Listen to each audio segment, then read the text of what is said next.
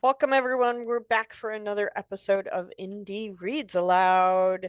I am so excited to have Samantha Bryant back in the studio with me again today to read to me. She's so much fun, you guys. You gotta meet her. She's awesome.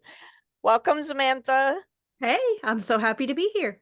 I'm happy because I'm loving these stories. These are so much fun. You come all the way from North Carolina, and I'm in Michigan, so Zoom is an amazing tool, and I'm madly in Isn't love it with it. though? Yeah. So much fun. I get to meet so many great people. hmm So for those who may have missed the last episode, and they should really go back and check it out, tell us a little bit about your background and how you started on this writing journey.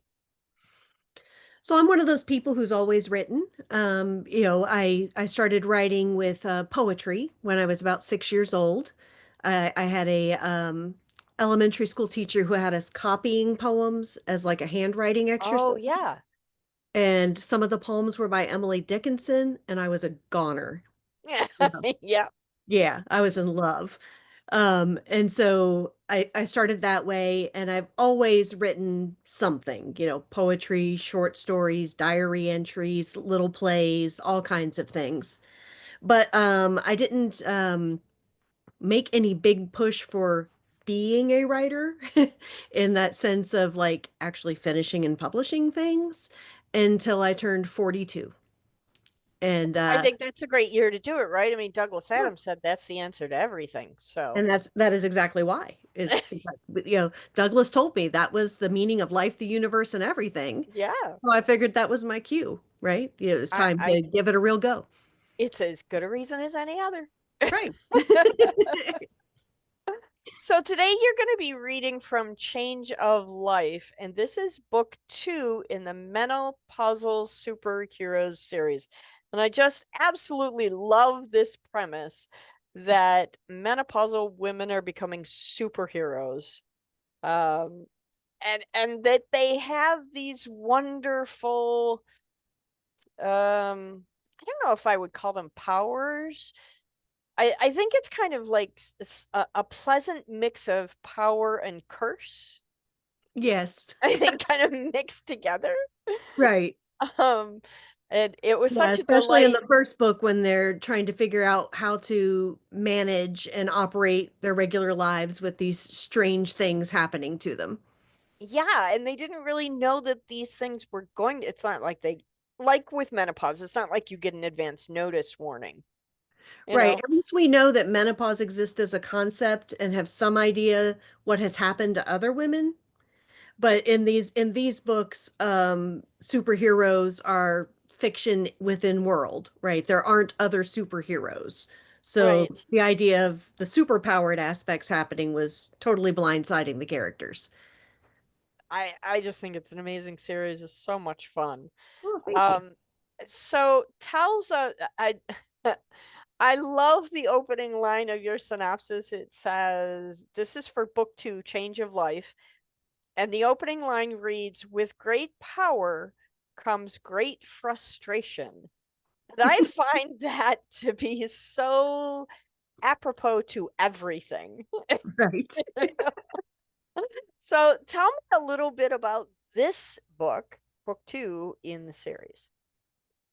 So book one, like you might expect in a superhero series, is kind of the origin story, right? Our Mhm. characters get their powers and adjust to that and meet each other and kind of become an ensemble.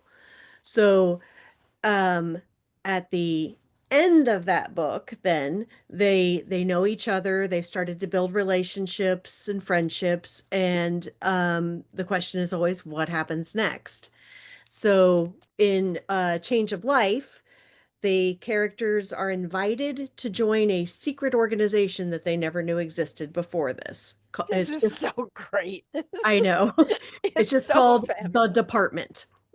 I absolutely love that you take advantage of every single trope opportunity available to you. Mm. I think it's just lovely. It's so much fun because as a writer, I get to snicker along with you in the background. Mhm. Because Yeah. I kind of understand what that creation process is like. And Right. I just find it tremendously entertaining that you've done this. And it's one of the fun things about being both a writer and a reader is how it changes your experience of reading. Absolutely. Yeah. Absolutely. I'm super excited to hear a little bit of this. Are you going to read from the beginning, from the middle? What For this piece? one, I'm going to start with its first chapter because I Awesome. think when I went through looking, I'm like, okay, I want something that doesn't completely spoil the first book or that needs a lot of explanation to move in. So I think we can go with chapter one without me having to say much about it ahead of time. Excellent. Perfect. Okay. When you are ready, please, Samantha Bryant, take the microphone and read aloud from Change of Life, Book 2 in the Menopausal Superheroes series.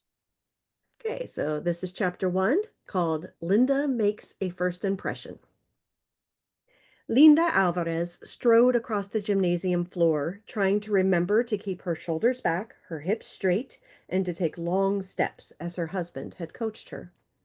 She still found the feeling of the jockstrap strange, even after practicing with it for a week, and fought the urge to tug the straps and readjust it.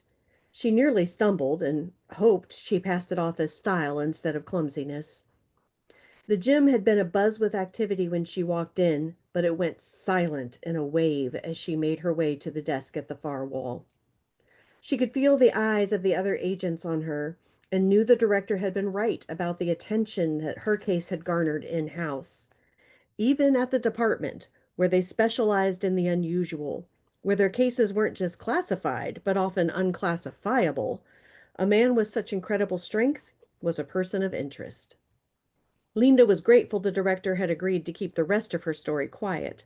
It would have been far worse if they all knew she had only recently become a man. Her cheeks were burning by the time she presented her badge to the young woman behind the desk. The woman beamed at Linda and winked. Just a second, Mr. Alvarez. Mister? That still took some getting used to. Even after all these months. Inside, she still felt like Linda Alvarez, wife to David, mother and grandmother. Like she'd spent all these months trying to convince her daughter, this change was not a choice she made. It was something she was learning to adjust to. It was like that old joke about immigration. I didn't cross the border crossed me. Luckily for her, David had stayed. Linda was both jealous of and grateful to the man in her husband's past, the one that had loved him when he'd been a youth. If not for him, she might have found herself alone, learning how to live as a man. Straightening out the mess that a sudden gender change made with all of Linda's official records was something else the director was taking care of for her. This ID card and driver's license the department had arranged for her made her new life as Leonel Alvarez very official and somehow more real. The woman handed back the ID and announced that Agent Lester would be right out. Then there are a few paragraphs where we describe the gym and everything. I'm going to jump ahead just a little. He led her to a corner of the gym with a variety of free weights. Your paperwork says you're quite strong. What do you bench? Linda was confused for a moment, then realized what he was asking. She framed her answer carefully, making sure she didn't sound disrespectful. I don't know, sir. I've never lifted weights. Mr. Lester snapped his head up to look at her. Disbelief was clear in his expression, and Linda shifted uncomfortably as his gaze slid across her biceps and across the rest of her body. He stood back from where he'd been looking at the weights on the ground, apparently selecting some to work with. He had a large disc in his hands. I bench 5 reps of 315 clean, he said. Linda could tell by his tone that she was supposed to be impressed by this phrase, though it meant little to her. From tone-up sessions at Curves, she knew reps meant how many times you did something, but she did not quite understand the number or what made it clean. In the long tradition of new students everywhere, she kept her ignorance to herself and nodded to the teacher. He nodded back and said, Let's start with finding out what you can comfortably hold. He held out the disc to Linda. It looked big and heavy, so she widened her stance in preparation, then took it. It didn't feel like much, almost as if he had handed her a textbook. Hold it from beneath, like this. He moved her hands into the desired position, so she was holding it in front of her like a breakfast tray. She schooled herself not to tug her hands away from what seemed like an intimate touch. She was sure he hadn't meant it that way. I'm going to stack additional weights on top of this one. Let me know when you start to have difficulty holding it. Linda nodded again. Mr. Lester crossed the few steps to the weight pile several more times and returned. When Linda was holding 6 discs, he paused. Doing okay there, Alvarez? Yes, sir. She wished she knew if it was correct to call him sir. The trainer was younger than Linda, but he was in a position of authority. She guessed she'd stick with formality until he corrected her. Mr. Lester did not look entirely pleased by her response. He went seeking more of the broad black disc and stacked them into her arms. When she was holding 10, he stood looking around, and Linda saw that she was now holding all the weights of that size available in the room. When a camera flash went off, Linda realized they had attracted the attention of all of the weightlifters in the room. The guy who took the picture, an attractive African American man with mischievous eyes, grinned and gave Linda a thumbs up signal. She smiled back at him, wishing she had tied back her hair. A strand tickled her nose. She shifted the weight onto her left arm so she could pull the hair back out, then settled it back into both of her arms. Complete silence overtook the room, followed by lots of whispering chatter. Did you see that? With one arm? 1,000 pounds? Who is this guy? Linda blushed scarlet, ducking her head forward so her hair would fall onto her cheeks and hide her embarrassment. Mr. Lester made a note in a small device he was carrying, and then gestured for Linda to follow him without looking back at her or the onlookers. You can leave the stack here, he said. And there's a little scene where they move across the gym to another area and establish how they met and that kind of stuff. I'm going to skip this a little bit to get to where she's asking about what happened to somebody in the previous fight. She kept her question vague, as if she didn't know the names of the other people involved. I hear that they took the fire-throwing lady somewhere. Did they get anything out of her to help with the search for the crazy doctor? Linda didn't say it aloud, but she'd been plagued with bad dreams about that day. She was especially worried about the part she had played in Jessica's injuries, and even though it had been in defense, she regretted the force she had applied to Helen. She should have been able to solve that problem in some other way. Throwing a 60-something-year-old woman into a brick wall was just wrong. She'd been praying the woman had survived her injuries. She didn't want murder on her list of sins. Last I heard, she was still asleep, Lester said. He didn't sound especially concerned. Linda guessed it wouldn't be a big deal from his perspective. She had been hurt while trying to kill people, after all. Even if she had been manipulated by Dr. Lou, as they all had, she wasn't an innocent. Linda guessed this meant Helen was being cared for and presumably studied by the medical team here at the department. She'd have to be. She could set an ordinary hospital on fire if there was a spark in her dreams. A coma, then? The man nodded. At least she wasn't dead. People came back from comas. One of her cousins had come back after nearly a year. He was as normal now as he'd ever been. Linda tried to scrub at some of the guilt on her soul with that brush. It helped a little. So what's next? She asked, returning her focus to training. Heavy bag. This one is fitted with a sensor to detect the level of force you bring to bear in a punch. Here, put these on. He handed Linda a set of fingerless gloves with leather padding over the knuckles. She slid her hands in and flexed them. I might enjoy this part. It would feel good to work out some of her bad feelings in an honest sweat. You ready? Yes, sir. Mike, please. No need to be so formal. His smile was certainly winning.